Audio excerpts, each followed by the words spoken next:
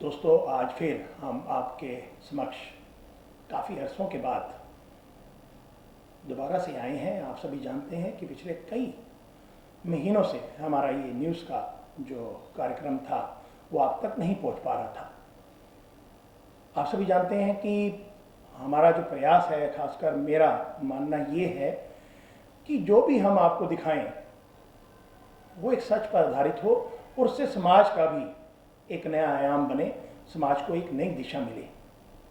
आप ये भी जानते हैं कि जब जब हमने जिस बात के लिए कोई भी मुद्दा हो उसकी आवाज़ हमने उठाई, उस आवाज़ को हमने भरसक प्रयासों से संपूर्ण तरीके से पूरा करने की एक कोशिश की।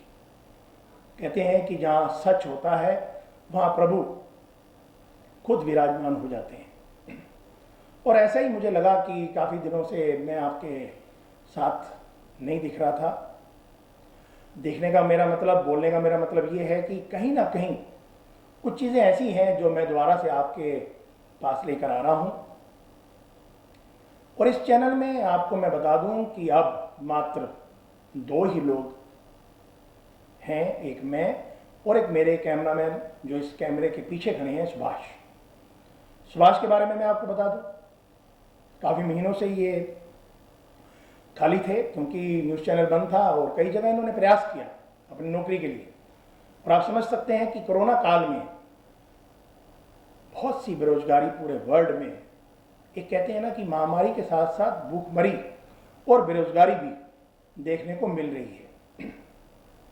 बड़ा बुरा वक्त है दोस्तों, और इस बुरे वक्त में कहते हैं ना कि आपको कहीं ना कहीं खुद को संबल बनाने के लिए और ईश्वर में अपना विश्वास रखने के लिए अपने आप को मजबूत करना होगा।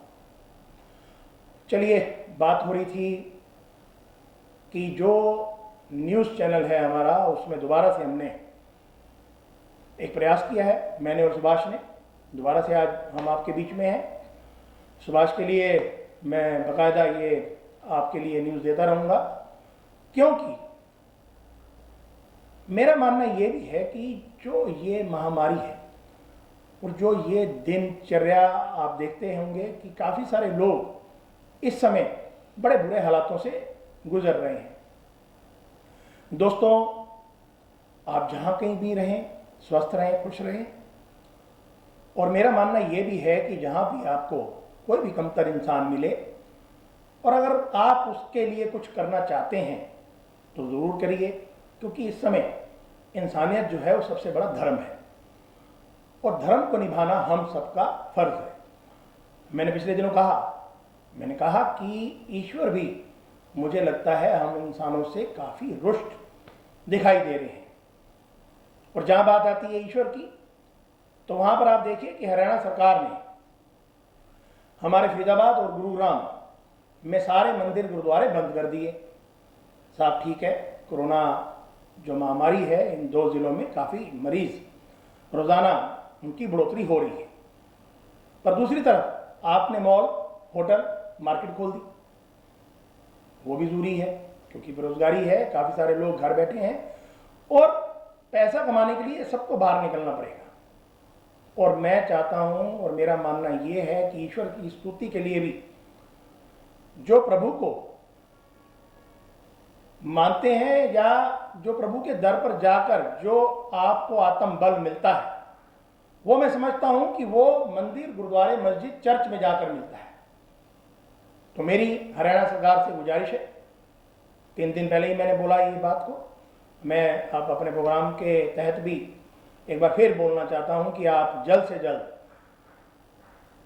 जो मंदिर गुरुद्वारे बंद हैं, मस्जिद बंद हैं, चर्च बंद हैं, जो भी धर्म से रिलेटेड धार्मिक स्थल बंद हैं, आप उनको तुरंत प्रभाव से खोलिए। मुझे लगता है, ये मेरा मानना है, आप लोगों का भी मानना हो सकता है। मैं बार बार कह रहा हूं कि कुछ गलतियां हम इंसानों से हुई हैं, तभी ये महामारी पूरे विश्व में फैली है। और इसका संज्ञान लेते हुए अगर मंदिर गुरुद्वारों में हमें उस स्थल पर जाकर जो ऊर्जा मिलेगी, आप समझ सकते हैं कि इस समय काफ़ी लोग जो हैं मानसिक तनाव से गुजर रहे हैं और उनका तनाव चाहे वो शारीरिक रूप से हो या मानसिक रूप से हो, वो जाके मेरे को लगता है कि ईश्वर के दर पर जाकर कम हो सकता है। तो दोस्तों, आज जो बातें हैं वो ये हैं कि इस महामारी के तहत आप सुरक्षित रहिए, और अगर आपको लगता है कि आप किसी का भला कर सकते हैं तो ज़रूर करिए, क्योंकि इस समय हालात ऐसे हैं कि हर इंसान को एक दूसरे का साथ देना बहुत ही ज़रूरी है।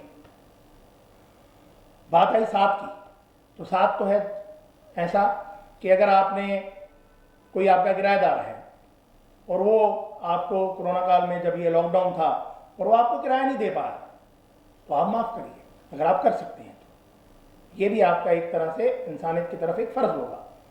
दूसरा, आपके पास नौकरी पे 6 लोग थे और अब आपका काम कम है, तो आप थोड़ी थोड़ी उनकी सहायता कीजिए, एकदम मत निकालिए, क्योंकि अब जो है वक्त ऐसा है, ये वक्त निकल जाने दीजिए, हम दोबारा उसी ढरे पर आएंगे, दोबारा खुशहाली आएगी।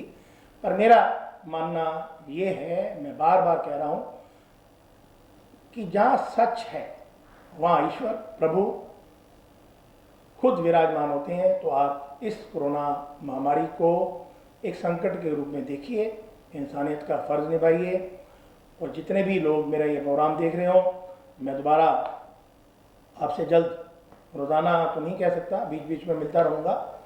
और मैंने आपको कहा कि अब सिर्फ मात्र 2 लोग हम रह गए हैं, एक सुभाष और एक मैं, एक कैमरे के आपके सामने है और एक कैमरे के आपके पीछे है।